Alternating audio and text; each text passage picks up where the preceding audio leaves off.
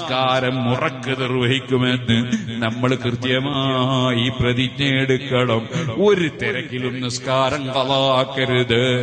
നിസ്കരിക്കുമ്പോൾ പരമാവധി ശ്രദ്ധയോടെ നിസ്കരിക്കണം, ഖുശൂഅോടുകൂടെ നിസ്കരിക്കണം.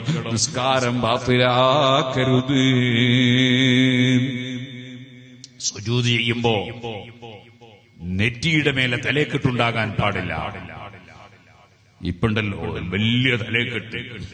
ആ തലേക്കെട്ട് കെട്ടിയാൽ ചിലപ്പോ തലേക്കെട്ടിന്റെ മുകളിലായി പോകും സുജൂദ്. അതുകൊണ്ട് നന്നായി ശ്രദ്ധിക്കണം. അങ്ങനെ കെട്ടുന്നവര്, ഏത് കെട്ടുന്നവരും ശ്രദ്ധിക്കണം. മുടിയുടെ മേലെയും ആകാൻ പാടില്ല. അപ്പൊ സുജൂദ് ബാത്തിലായി പോകും. സുജൂദ് ചെയ്യുന്ന സമയത്ത് കാലിന്റെ വിരലിന്റെ അടിഭാഗം വെക്കണം. അതിങ്ങനെ കൂട്ടിവെച്ചാൽ പറ്റൂല. അതേപോലെ നിസ്കാരത്തിലേക്ക് കടന്നാൽ പാന്റ് ധരിച്ച് അതുപോലെ ഇൻസൈഡാക്കിയ ആളുകളാണെങ്കിൽ കുഴപ്പമുണ്ടാവില്ല. നേരെ മറിച്ച് പാന്റോ മുണ്ടോ ഉടുത്ത് എന്നിട്ടൊരു മുറിയൻ കുപ്പായിട്ടവരായാലോ പലപ്പോഴും അല്ലാഹു അക്ബർ തക്ബീറിൽ കഴിഞ്ഞാൽ ഇബ്ലീസ് തോന്നിപ്പിക്കും കുപ്പായം ചുളിഞ്ഞിട്ടുണ്ട്. മുന്നിൽ പിടിച്ചൊരു താഴ്ത്തല്, ബാക്കിൽ പിടിച്ചൊരു താഴ്ത്തല്. അത് ഇടക്കിടക്ക് താഴ്ത്തുന്ന കുറെ ആൾക്കാരുണ്ട്. ഇന്നാ ലില്ലാഹി വ ഇന്നാ ഇലൈഹി റാജിഊൻ. നിസ്കാരം ബാത്തിലായി പോകും. അതുകൊണ്ട് തന്നെ അങ്ങനെ കുപ്പായം പിടിച്ച് താഴ്ത്തരുത്. നിസ്കാരം കഴിയുന്നവരെ ചുരുണ്ടിട്ടവിടെ കിടന്നോട്ടെ. അതിന്റെ ഇടയ്ക്കിപ്പാരും വെങ്കട്ടും കൊണ്ടൊന്നും വരുന്നില്ല. അതുകൊണ്ട് തന്നെ നിസ്കാരത്തിലിടക്ക് കൈകൊണ്ട് കളിക്കരുത്. അതേപോലെ മറ്റു കാര്യങ്ങളും കൈകൊണ്ട് ചെയ്യരുത്. അടക്കത്തോടെ ഒതുക്കത്തോടെ നിസ്കരിക്കണം, ഇല്ലെങ്കിൽ നിസ്കാരം ബാത്തിലാകും. അതേപോലെ സുജൂദിന്റെ സ്ഥലത്തേക്ക് നോക്കണം, എന്നാൽ ഭക്തി കിട്ടും. അതുപോലെ മറ്റ് വിഷയങ്ങളൊക്കെ ഒഴിവാക്കിയിട്ട് നിസ്കാരത്തിലേക്ക് കടക്കാൻ നോക്കണം. ശൈത്താൻ, ഇന്ന് രാവിലെ ഞാൻ മുതഅല്ലിമീങ്ങൾക്ക് സഹീഹുൽ ബുഖാരി ഓതിക്കൊടുക്കുന്ന സമയത്ത് ഓതിക്കൊടുത്ത ഹദീസാണ്.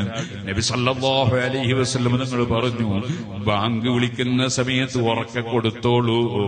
എവിടെയെല്ലാം ബാങ്കിന്റെ ശബ്ദം കേൾക്കുന്നുണ്ടോ അവിടെയുള്ള വസ്തുക്കളെല്ലാം നിനക്ക് സാക്ഷി പറയാനുണ്ടാകും.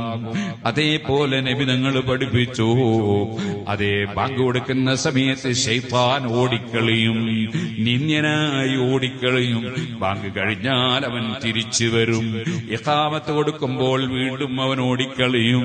ഇഖാമത്ത് കഴിഞ്ഞാൽ വീണ്ടും ശൈത്താൻ തിരിച്ചു വരും. നിസ്കാരത്തിലേക്ക് കടക്കുമ്പോൾ ശൈത്താൻ വന്ന് മനസ്സിൽ പലതും തോന്നിപ്പിക്കും.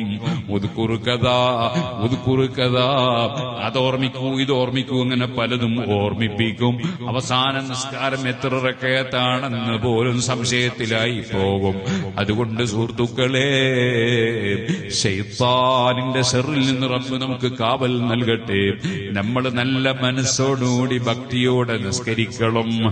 ആ നിസ്കാരം ഖളാകാതെ നിസ്കരിക്കണം. നമ്മുടെ കടപ്പാടാണത്. ആ ബോധത്തോടെ ജീവിക്കണം. ഞാൻ